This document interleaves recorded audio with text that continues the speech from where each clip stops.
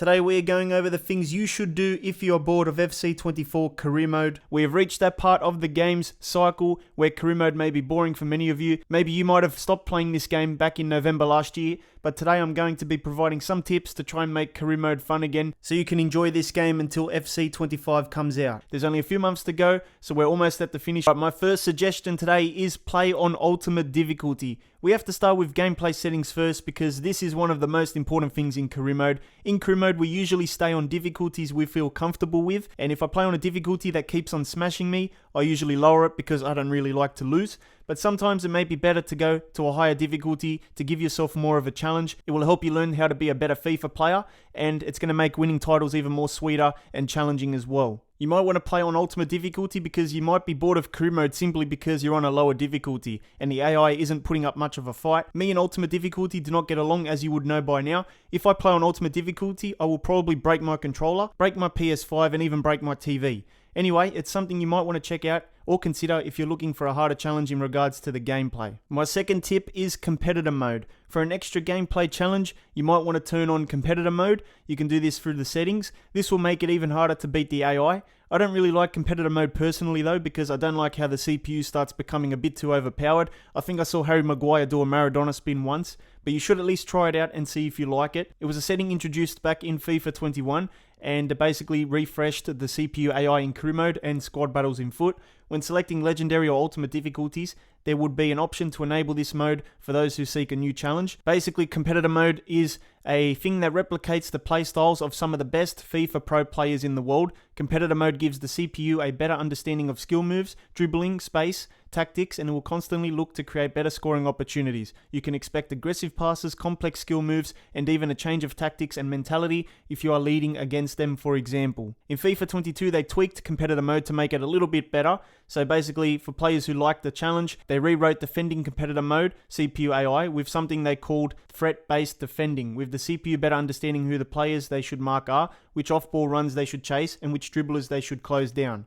With threat-based defending, competitor mode is more challenging than before. To not be left behind, they also tuned the attacking moves with space-based attacking. This allowed the CPU to have a better understanding of spaces and when to perform dribbles and passes, including performing killer through balls or bending precise crosses in the box. So yeah, basically, if you are looking for a little bit of an enhancement to the gameplay, you can turn on competitor mode as well. Might give you a harder challenge. Now, another thing you can do on top of competitor mode is player-based difficulty. This was introduced in FIFA 22, and it was a new setting when playing against the CPU AI. The idea is that when you play against a team like PSG, Mbappe really stands out as being a more dangerous player due to his attributes. Similarly, if the opposition team is starting a low-rated player among a team of high-rated ones, they will be easier to tackle or dribble past. Essentially, player-based difficulty individualizes the difficulty of each player. For example, when playing on professional difficulty against an average team but with Mbappe in their squad, he will behave as if he was on a difficulty higher, so like a world-class difficulty, while his teammates will still perform as being on professional difficulty or lower. So basically it does target certain players within a team,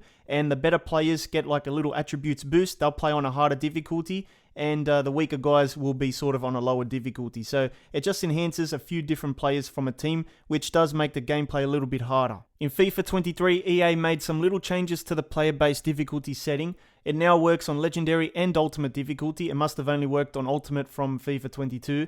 And players affected by the player-based difficulty get a 10 plus boost on all attributes when on the ball. So obviously that's what I meant before. When the player gets targeted with the player-based difficulty, they get a 10 plus boost. And if not already enabled, player-based difficulty now turns on competitor mode. So you have to use both of them at the same time. So what I've spent the last couple of minutes talking about is going to lead up to point number 4. Ultimate difficulty plus competitor mode on plus player-based difficulty. If you are bored of career mode gameplay because it's too easy for you, this would be the ultimate setup for you. I promise you would not be bored with gameplay anymore if you turn all these things on. If you can do this and survive, you are the master of FIFA. This is like playing the Call of Duty campaign on veteran mode. You will not survive. You will probably be relegated to League 2 even if you manage Manchester City. I'm not even joking. This is the ultimate setup, and it's the fastest guaranteed way to breaking your controller. You will see things being done in this game that only you could dream of. Harry Maguire doing Maradona spins, goalkeepers making terrible easy mistakes, strikers that are so OP that they score every time they shoot. The list will go on and on, man. This is the ultimate setup for those people bored of FIFA gameplay. Good luck. This is something you definitely need to try if you get bored of traditional career mode saves.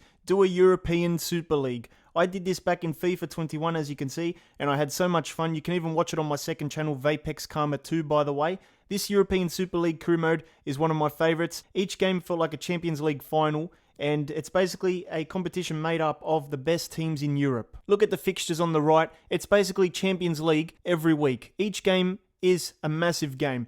And look at the table there. We finished on top with Spurs. I don't know how, but 82 points there.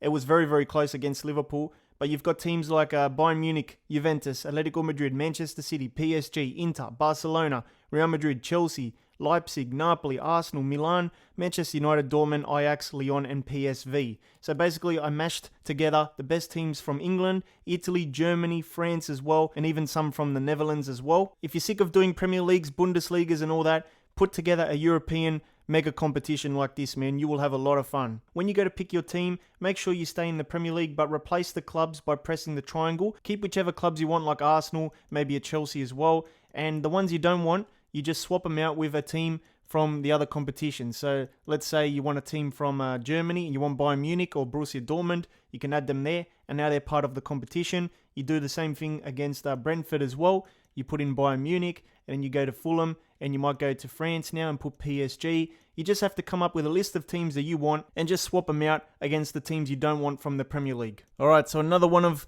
my suggestions is the rebuild. This is one of the most popular ways of playing career mode, and everyone knows what a rebuild is by now, and you most likely have done one already in FC24 career mode. But if you still don't know about a rebuild is when you take a team that has fallen from grace and try to turn the club around by bringing in new recruitments and bringing them back up again. There are many different teams that you can use for this, and there are heaps of rebuilds already done on YouTube, so maybe you can copy one of them. Next up is another challenge called the Road to Glory. This is another popular style of career mode you can do. You've probably seen or heard about this challenge thousands of times by now, and probably have done one yourself. But if you don't know, you typically start in a bottom tier league and work your way all the way up to the top division and or European football. For instance, starting in League 2 and working up to the Premier League, or starting in the third Bundesliga to the top division in Germany. This works well because you can do multiple seasons, have multiple promotions, and it basically is a long-term storyline which always makes things more interesting and fun. You can pick a team like the second Dortmund team in the third Bundesliga. Teams in League 2 in England like Salford City could be another good one. You could start in the fourth division in England and work your way all the way up to the Premier League. There's many different clubs you can pick for this as well. We're definitely going to have a part 2, so stay tuned. I've got a lot more to talk about for this topic. Make sure you leave a like and subscribe, and click the thumbnail in the middle to watch new FC25 news.